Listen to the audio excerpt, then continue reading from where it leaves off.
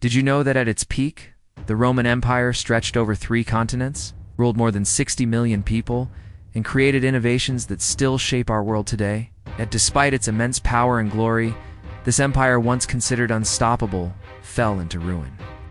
How did the mighty Romans fall from greatness? And what lessons can we learn from their rise and demise? The story of the Roman Empire begins, not with a mighty empire, but with a small city on the banks of the Tiber River in Italy. Founded in 753 BC, Rome's early years were marked by legends of heroes and kings. But it was the Romans' unique approach to governance and military strategy that would set them apart from the rest of the ancient world. At first, Rome was a kingdom ruled by kings, but it didn't take long for the people to overthrow this monarchy and establish a republic. In 509 BC, the Roman Republic introduced a system of government where power was shared between elected officials and the people. This form of government would lay the foundation for much of modern democracy. The Romans believed in the power of the people, but they also feared the concentration of too much power in any one individual. To prevent this, they created a system of checks and balances with consuls, senators, and tribunes. Rome's military also played a crucial role in its rise. Unlike the heavily armored soldiers of the ancient world, Roman soldiers, known as legionaries, were trained to fight in formations that gave them both flexibility and strength. Their discipline and training allowed the Romans to conquer vast territories. With each victory, Rome grew stronger, and its influence spread. By the time of the Punic Wars, 264 to 146 BC, Rome had defeated its biggest rival, Carthage, securing dominance in the Mediterranean. But what made the Romans even more successful than their rivals was their ability to adapt and incorporate the best ideas from the cultures they conquered. They borrowed military strategies from the Greeks, engineering techniques from the Egyptians, and adopted many aspects of law and governance from the Etruscans. Rome's ability to blend and improve upon these ideas made them unstoppable. Rome's imperial ambitions didn't stop there. By 27 BC, Augustus Caesar, the first emperor of Rome, would declare the Roman Empire, ushering in a new era of imperial rule. But despite the incredible expansion, the seeds of Rome's eventual fall were already being sown. Rome was expanding, but it was also beginning to face internal challenges. The wealth that came with empire building created vast inequalities. The plebeians, or common people, became discontent with their lack of power, and the gap between the rich and the poor grew wider. Political corruption, economic instability, and military revolts were beginning to chip away at the Roman Republic's foundations. Little did they know these issues would pave the way for the empire's ultimate downfall. The transition from the Roman Republic to the Roman Empire marked the beginning of one of the most remarkable eras in world history. With Augustus Caesar's reign starting in 27 BC, Rome entered its so-called Pax Romana, a period of relative peace and prosperity that lasted over 2 centuries. Augustus, originally known as Octavian, was not only a military leader but also a master of political strategy. By consolidating power after years of civil war, he ensured the stability of Rome through reforms that strengthened its economy, military, and infrastructure. Under Augustus, Rome saw the construction of monumental buildings like the Pantheon and the Roman Forum.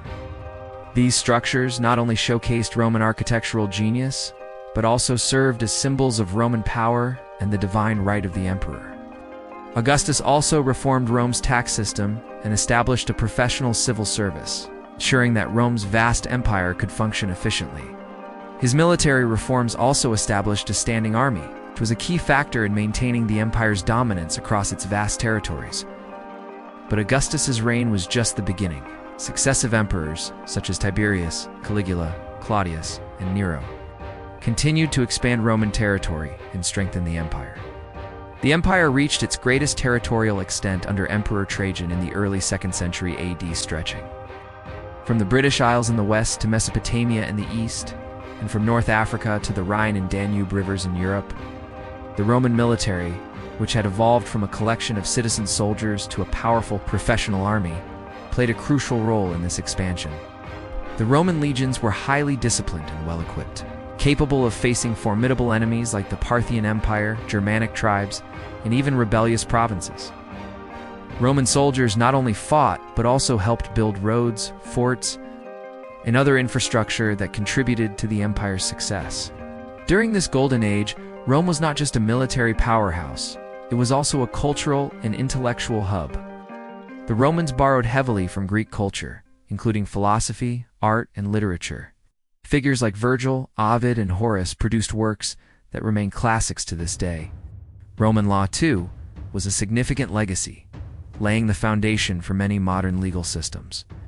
The Corpus Juris Civilis, compiled under Emperor Justinian in the 6th century AD, still studied in law schools around the world.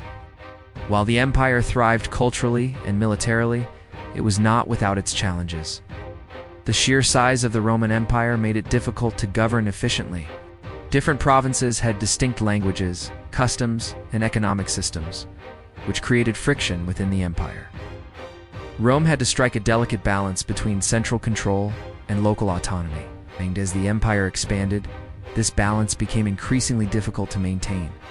The leadership of the emperors also began to show signs of instability. The system of succession was not always clear, leading to power struggles and civil wars. The Year of the Four Emperors in 69 AD, where 4 different men claimed the title of emperor, is a prime example of the chaos that could ensue during uncertain times.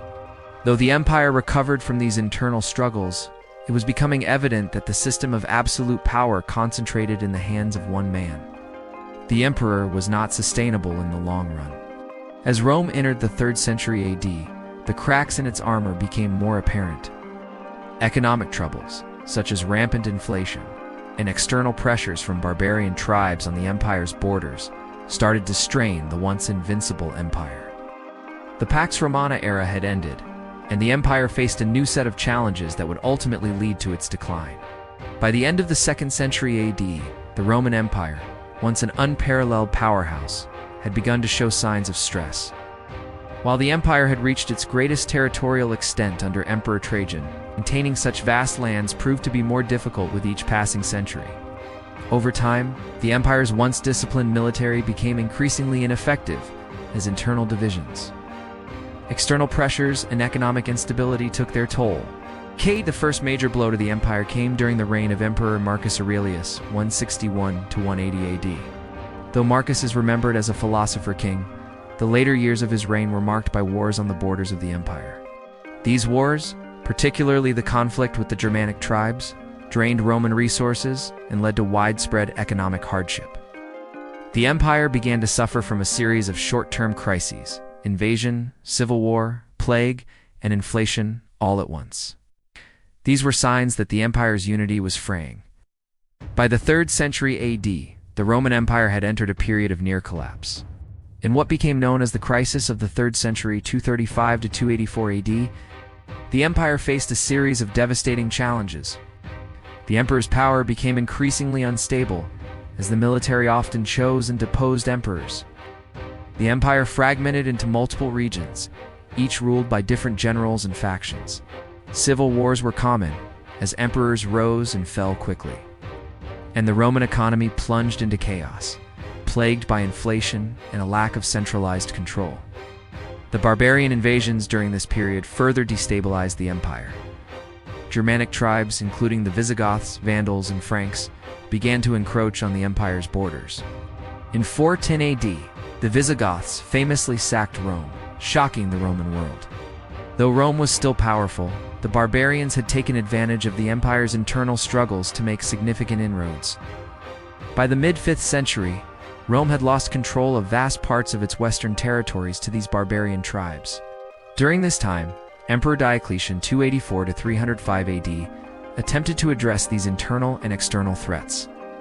His most significant reform was the division of the Roman Empire into 2 parts: the Eastern Roman Empire, later known as the Byzantine Empire, and the Western Roman Empire. Diocletian believed that splitting the empire would make it easier to govern and defend. He established a system of compeers, with each half of the empire governed by a senior emperor Augustus and a junior emperor Caesar. This system of rule by multiple emperors is known as the Tetrarchy. Though Diocletian's reforms helped stabilize the empire temporarily, the division only delayed the inevitable. The Eastern Roman Empire, with its capital in Constantinople, continued to thrive, while the Western Roman Empire, centered in Rome, continued to deteriorate. As the 5th century wore on, the Western Roman Empire faced more devastating blows. The final nail in the coffin came in for 76 AD, when the last Roman emperor, Romulus Augustulus, was overthrown by the barbarian chieftain Odoacer. This marked the official end of the Western Roman Empire, a monumental event that historians often mark as the fall of Rome. Despite the fall of the Western Roman Empire, the Eastern Roman Empire, or Byzantine Empire, endured for another 1,000 years. The Byzantines preserved much of Roman culture, law, and governance, and they became the bridge between the ancient and medieval worlds. However, the decline of the West had irrevocably changed the course of European history, and the fall of Rome is often seen as the dividing line between the ancient and medieval periods. The fall of the Western Roman Empire in 476 AD may have marked the end of an era, but the legacy of Rome has endured through the ages. Despite its decline and eventual collapse, the achievements of the Roman Empire continued to influence modern civilization in profound ways. From law and government to architecture, engineering, and language, one of Rome's most enduring legacies is its system of law. Roman law, particularly the Corpus Juris Civilis body of civil law, compiled under Emperor Justinian in the 6th century AD, laid the foundation for much of the modern legal system in Europe and beyond. The principles of Roman law, such as the concept of innocent until proven guilty, the idea of contracts, and the protection of private property, continue to shape legal systems around the world. In fact, many modern countries still refer to Roman legal concepts when drafting their own laws. Roman governance also influenced the development of modern democracy. Although the Romans themselves never developed a fully democratic system, their practice of electing officials and creating a Senate paved the way for modern representative governments. The Roman Republic's focus on checks and balances, where no one individual could hold too much power, remains a cornerstone of many modern political systems, including that of the United States. In addition to politics and law, Rome's engineering feats have left an indelible mark on the world. Roman roads, aqueducts, and bridges were technological marvels of their time, and many are still in use today. The Romans were pioneers in the construction of infrastructure that supported their empire's vast territory. They built over 250,000 miles of roads, stretching from the British Isles to the Middle East, facilitating trade, communication, and the movement of troops. Roman aqueducts brought water to cities and towns, allowing for the growth of urban centers. The Romans also perfected the arch, which is still a crucial element in modern architecture. The influence of Roman culture is also evident in language. Latin, the language of the Romans, has influenced many modern languages, including English, Spanish, French, Italian, and Portuguese. It has left its mark on modern vocabulary, legal terminology, and scientific nomenclature. Latin phrases such as carpe diem, seize the day, and et tu, brute, and you, Brutus, are still widely recognized and used today. However, the fall of the Roman Empire also serves as a cautionary tale, reminding us of the dangers of overextension, internal division, and the concentration of too much power. The Romans were experts at conquest, but they were less effective at maintaining control over their vast empire. The internal strife caused by political corruption, economic inequality, and military mutinies weakened the empire from within. External pressures from barbarian invasions further drained Roman resources and hastened its collapse. Rome's decline also highlights the importance of adapting to changing times. The Roman Empire was once known for its innovation and adaptability, but by the time of its fall, it had become rigid. Unable to cope with the challenges of the medieval world, as new powers such as the Byzantine Empire and later the Holy Roman Empire arose in the wake of Rome's collapse. It became clear that the world was entering a new phase, one that would forever alter the course of history.